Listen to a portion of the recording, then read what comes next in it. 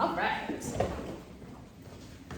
if you didn't get your ribbons for your level, feel free to grab that on your way out.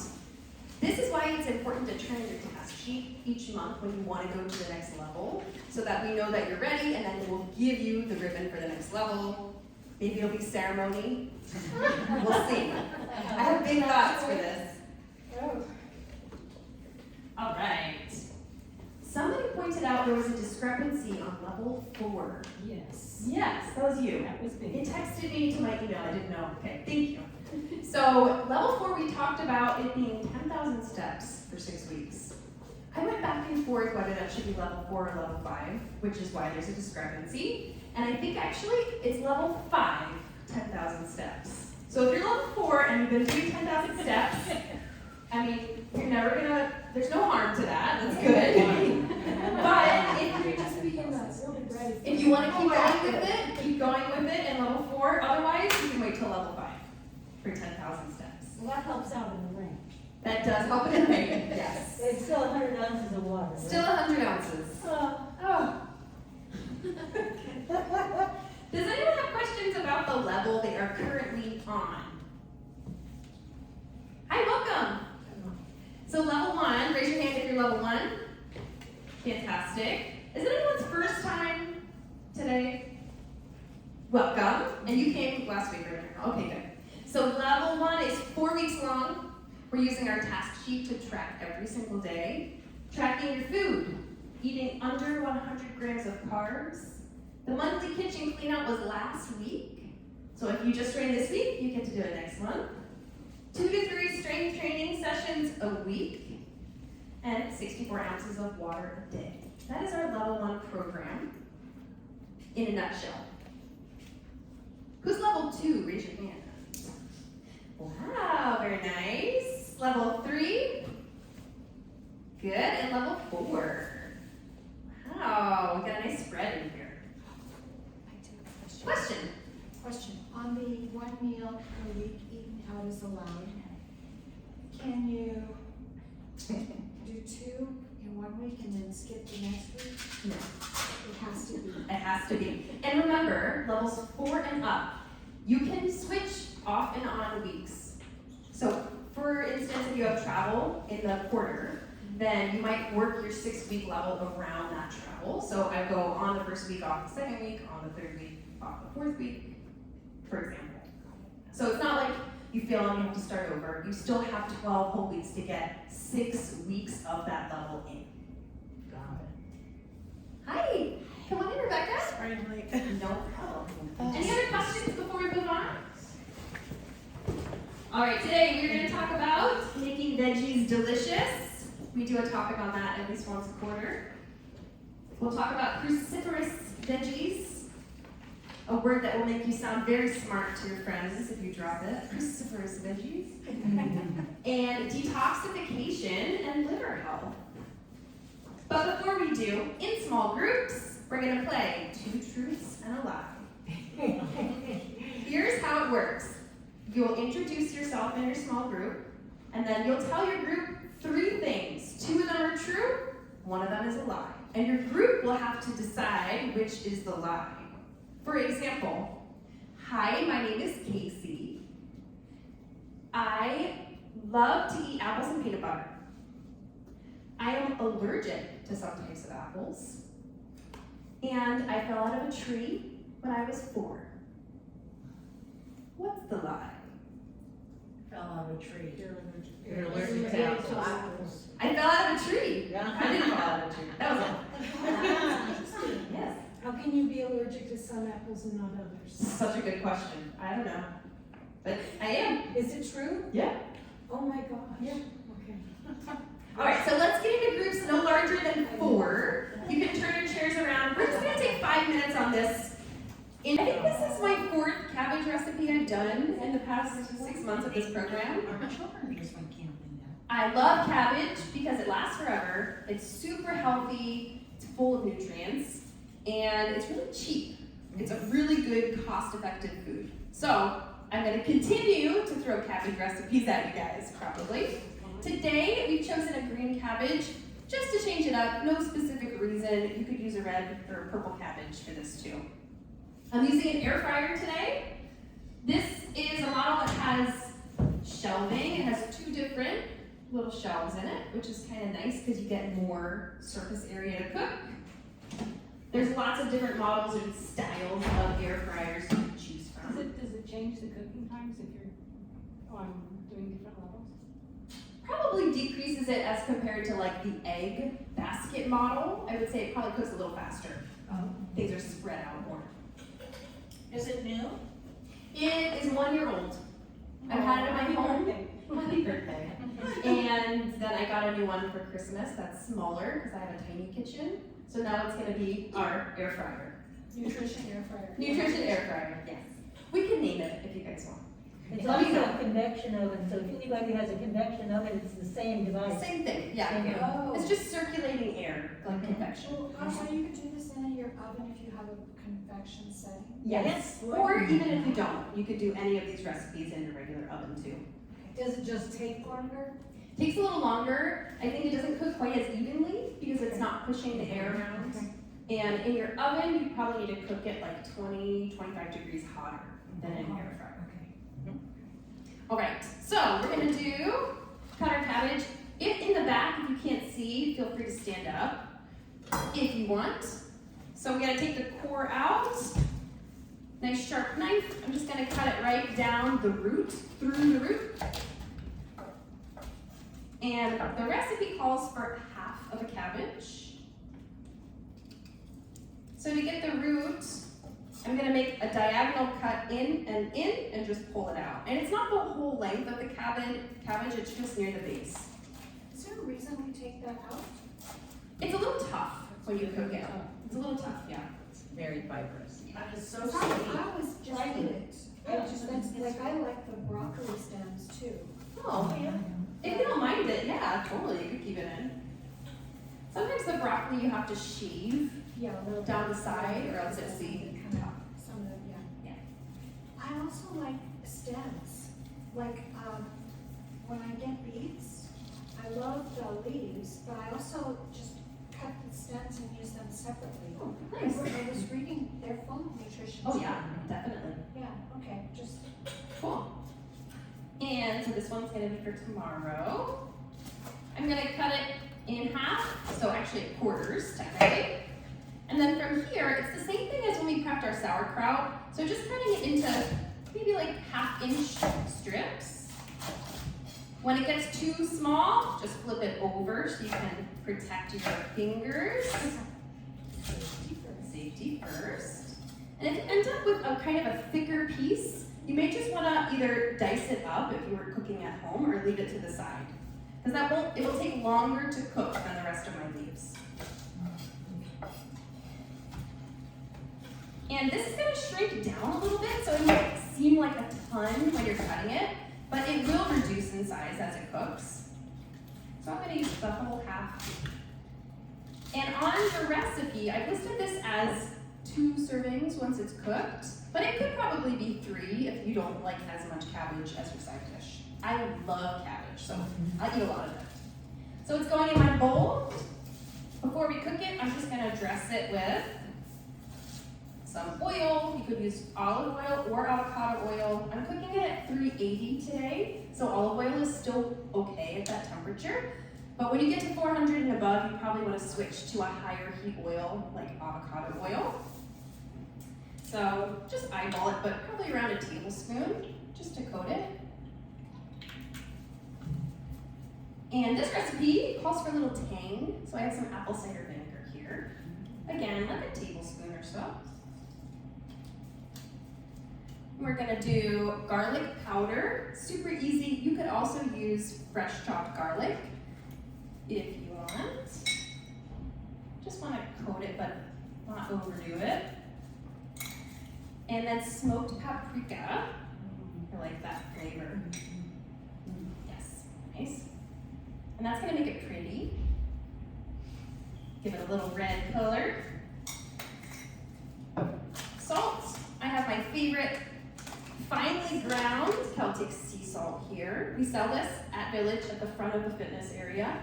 We sell a coarse and a fine ground. So make sure if you want the coarse, you need to put it in a grinder because you will break a tooth on that.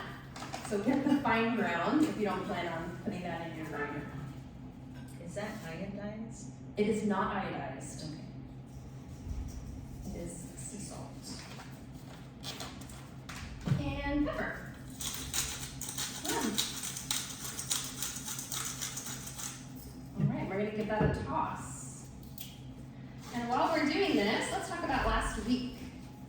How did the kitchen cleanup go? Except for Diana's husband. That's right. It was on Facebook. What happened? Oh, Yes, he Oh. went and restocked. I have to say that. It was, I think he's paying me back because on Christmas when he went to make his traditional waffles, there was no vegetable oil. oh. So I think he's kind of, you know, that dance of marriage after 29 years. Couldn't he use olive oil? Oh, he would dare. That's disgusting to him. Oh. But I did convince him that butter was a good substitute. Oh, yeah, okay. Your computer's turned on. Oh. Interesting. Why did you do that? So to finish the story, he threw out what? Oh, No, Oh, no, he didn't throw anything out, he stopped She up. threw. she cleaned out. I did my pantry cleanup, Yeah. and then he went to the store. While I was still sleeping, he got up early and went to the store, and when I came back, and I was just waking up, having my coffee, starting a nice day, and he sits down and said, well, I went out and I got us, I restocked on, and he went to list all these things, and half of them I had just, so it's like, oops, oh gosh, okay. Thank you for helping. And he had this real smug look, so I was just like, wanting to kill, but I Alright. didn't. Who else did a kitchen clean out? Anything sneak back in your kitchen from last month? After so many months, it didn't come in. Couple things. Couple of things. came. My Write that pantry, down. in my pantry, I finally moved all the stuff that I have to have for like my grandkids who have to eat gluten-free and things. And my daughter who visits like once every 3 months, I just moved it all to a corner, so it was kind of out of my eyesight. So when I open it, I see what I know I can freely, and I don't have to look at everything at one time. Okay, that works. So that was really helpful. Good. Anyone lose weight last week? Nice. Anyone have measurement change last week? We can measure you here too after the session. Anyone have other positive progress that has nothing to do with weight or measurement? Zero inflammation, none at all. Wow, I that's felt great. Great and strong. Very My nice. legs were strong, yeah. Any other positive progress? Workout this morning was great. Workout this morning was great. Yeah, I journaled every day. Very nice. Nice. That's a big deal. For me it is, yeah. That's the hardest thing. All right, I'm putting 380 degrees for 5 minutes, and then I'm gonna switch the trays, so that's even. Oops, didn't like that.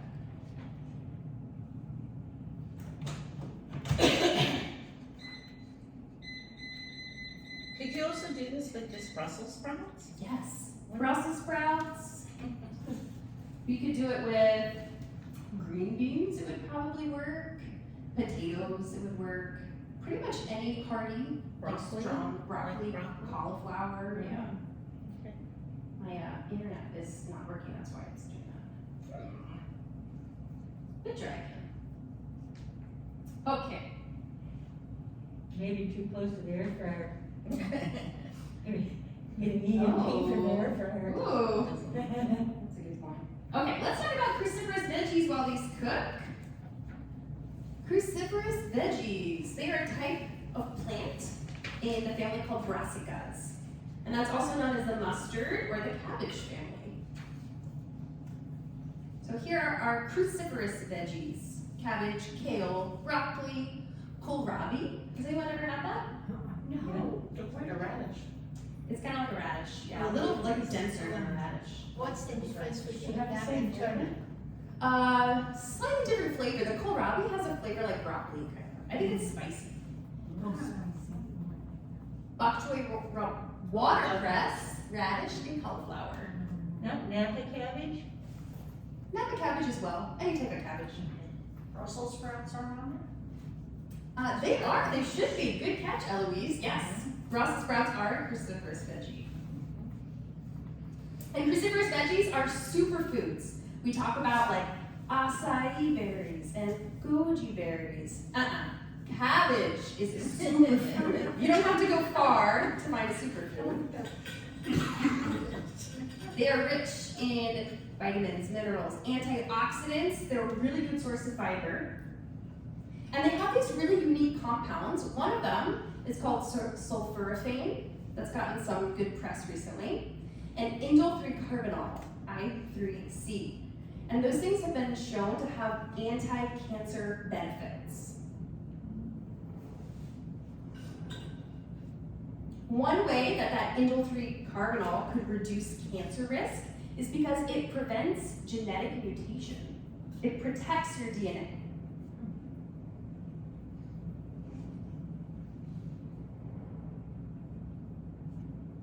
Cruciferous veggies boost your natural detoxification processes. We're going to talk about detox in a little bit.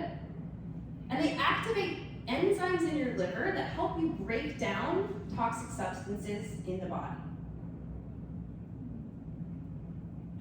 Superfood. It helps prevent bad things from building up in your body, in your organs, your tissues, your blood.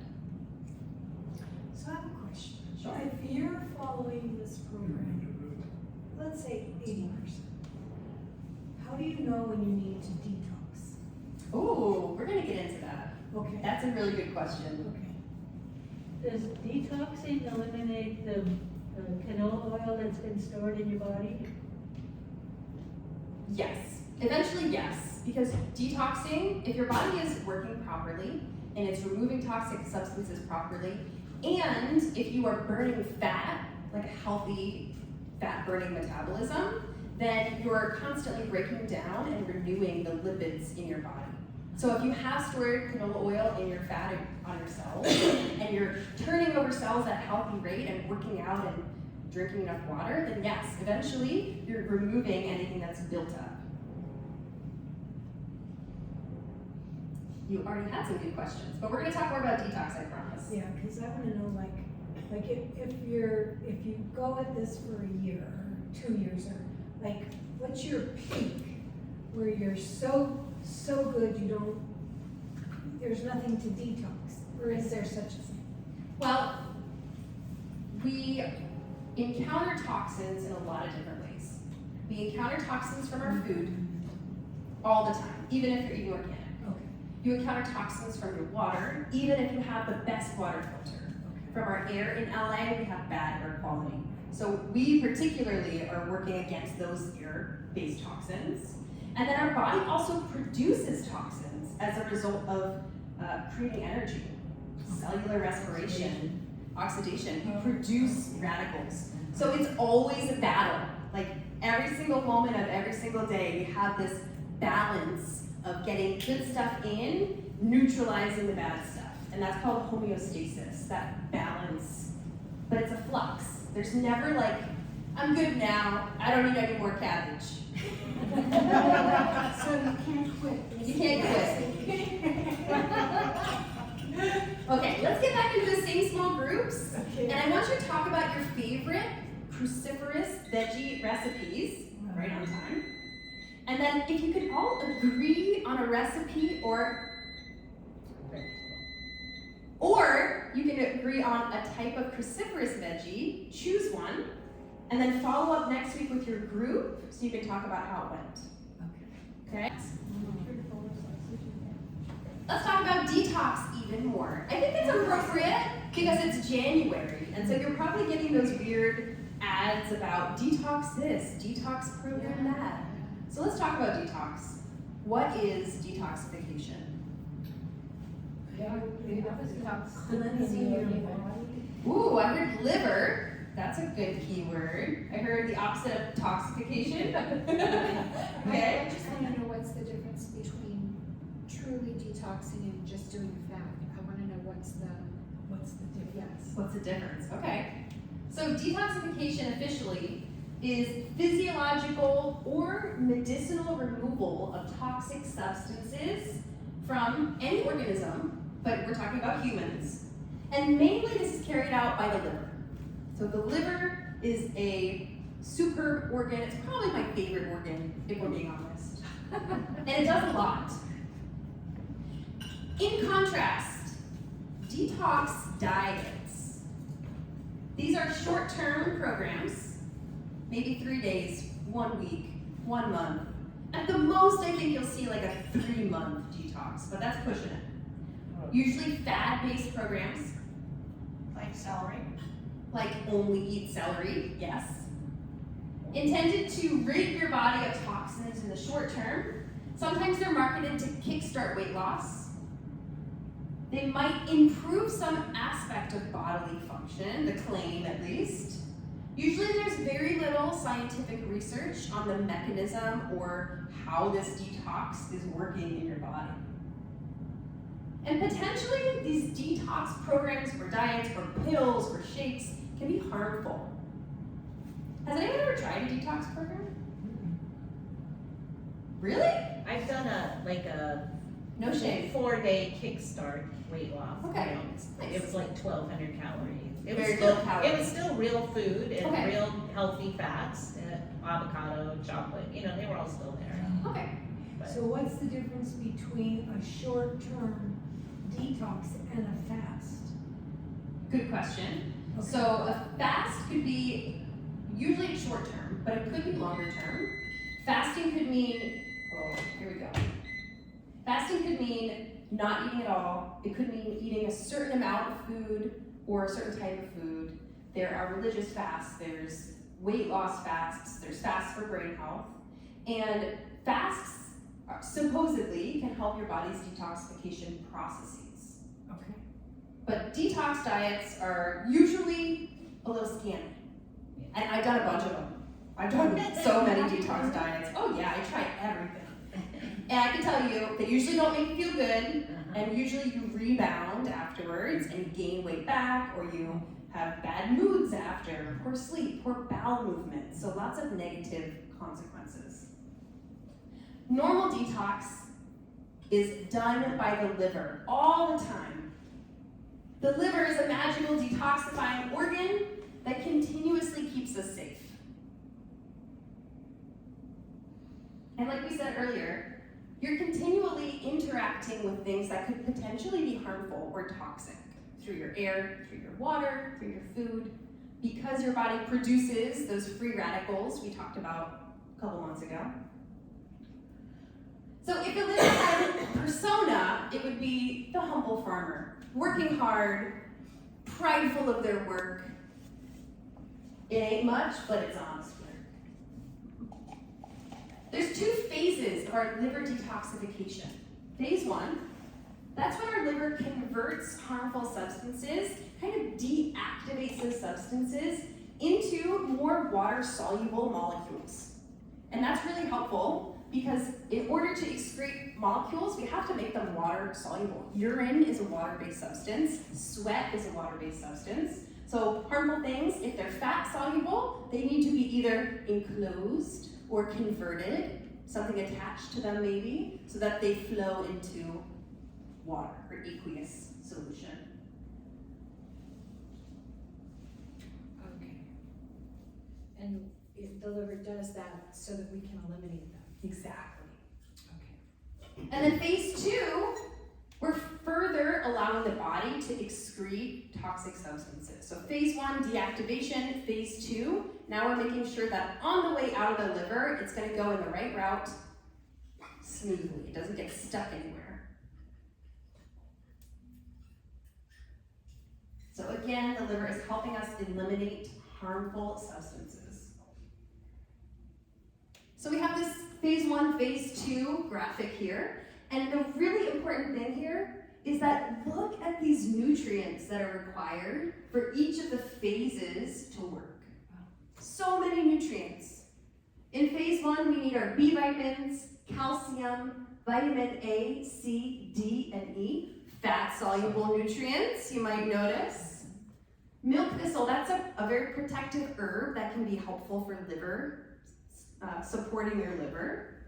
Citrus bioflavonoids and acetylcysteine, those are antioxidants. Quercetin, that's a polyphenol, comes in our foods, or vegetables. And phase 2, calcium deglucarate, amino acids, we need to have adequate protein coming in to support liver. Cruciferous vegetables, sulfur metabolites, I know, right? It's all tied together. MSM, another sulfur molecule, and N-acetylcysteine, that's part of our amino acid. So when you're eating cruciferous veggies, I want to try and shift your mindset from, I'm eating this because Casey said I have to eat it, to I'm eating this because I'm supporting phase 1, phase 2 detoxification. I'm supporting anti-cancer benefits, longevity. So this can help motivate you to eat those healthy foods. So those cruciferous are also prebiotics, They are. right? They help your bowel, your gut microbiota. So you're really Absolutely. feeding your system. Yes. Okay. And we'll get this slide Yes. in the email? Every Saturday at 1 p.m. Okay. So, the foods to eat to support your liver, your detoxification, leafy green vegetables. While we're talking to make sure doesn't need to go on anymore. Maybe one more time. Smells good. Smells tangy, right? Yum. There we go. Crisper up. But not 15 minutes. Ooh. 3. Okay. Leafy green vegetables, spinach, kale, collard greens. These are high in our vitamins. They support those detox processes that we just saw. They provide those nutrients. Cruciferous, like we've been talking about. Sulfur-containing vegetables.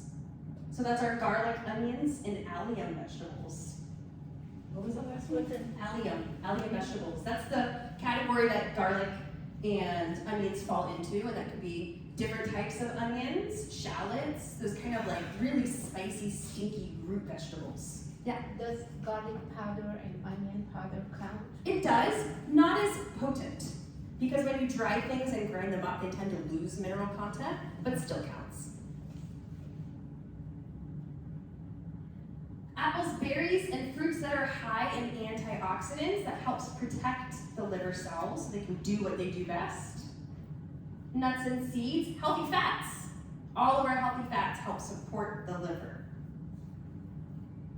Fiber-rich foods, like you said, Diane, to help support your gut microbiome, your healthy good guys down in your gut, the colon. And we want to avoid these processed, refined foods, alcohol, really sugary drinks like juices, sodas, hot chocolate that isn't cacao-based. We want to avoid pesticides and herbicides.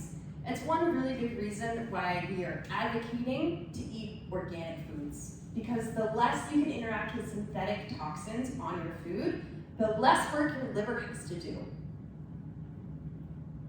Synthetic chemicals and fragrances, such as in perfumes and candles.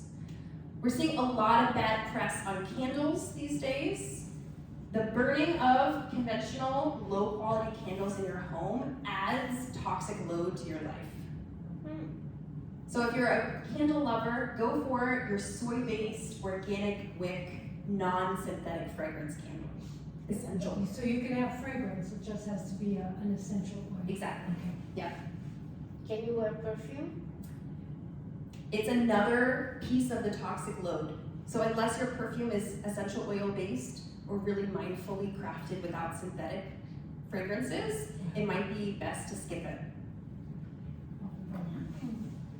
Brake dust, smog, unfiltered tap water, over-the-counter pain relievers. These are a big one. Very controversial. No doctor will tell you to avoid these for your liver health, but lots of research has shown, especially acetaminophen, if you're taking it chronically on a regular basis, it can really inhibit your liver potential. It can damage also your kidneys, liver and kidneys. Has anyone ever heard of non-alcoholic fatty liver disease? I have them. told me I had that. Yeah, it's pretty prevalent, and there's not a lot of, like, no one's talking about it. So I feel like it's good to go over. You might know someone in your life too who's been diagnosed with it. It's the most common cause of abnormal liver function. And it's 20% in the general population, and up to 70% of people with type 2 diabetes get this condition. So it's a lot of people. It's really strongly.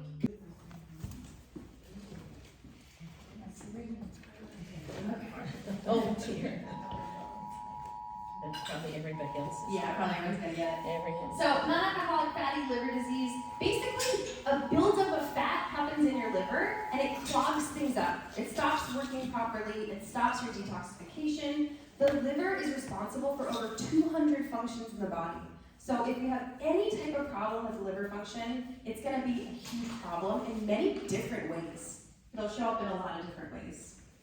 Risk factors: high cholesterol, hypertension, diabetes, excess weight. And it can progress. It could lead to further complications of the liver. Just for your information, I'm not going to go through this super in depth, but there's a progression that can happen. It doesn't happen in every person, and there's probably genetic factors, lots of lifestyle factors that can either keep you in one stage or reverse you versus marching you down the line. Okay. So it is reversible up to the NASH phase. And so the way that you can reverse it is get your blood sugar under control. Eat a low glycemic diet, eat lots of healthy fats and vegetables, reduce your toxic oil consumption, and drink lots of water. So pretty common sense, healthy things. So how to tell if your detox systems are working well? That's kind of what you were asking. You have healthy hormones. How do you tell? How do you know? Blood test? You could do saliva or urine tests. Blood tests are less reliable for hormones, depending on which one it is. If you have normal energy levels, if you don't have any specific digestive illnesses, if you don't have high blood markers like liver enzymes or high triglycerides. And some people have a warning sign that there's an issue with the liver if they're really sensitive to chemicals like fragrances, perfumes, caffeine, medication. If you're really sensitive to those things, it could mean that you're really bad at phase 1, phase 2 detoxification, and so those things are lingering longer. They're causing more of a problem. That's not as scientific, but that's what I've seen. Okay, I'm gonna serve this sample, and while I'm doing that, let's get back in our small group and think about something you can actionably do to improve your detoxification. So whether that's eating more healthy foods, changing your water filtration system, changing your candles or your perfume, anything we talked about, think of something you can actually implement this week or next week. Anybody not want cabbage? Okay, let's get into our foods. What about if you just spray the perfume on your clothes and not on your skin? Probably better. But you're still breathing. You're breathing it in, but you're not absorbing it, so it's probably better. We're finishing up just a couple of announcements.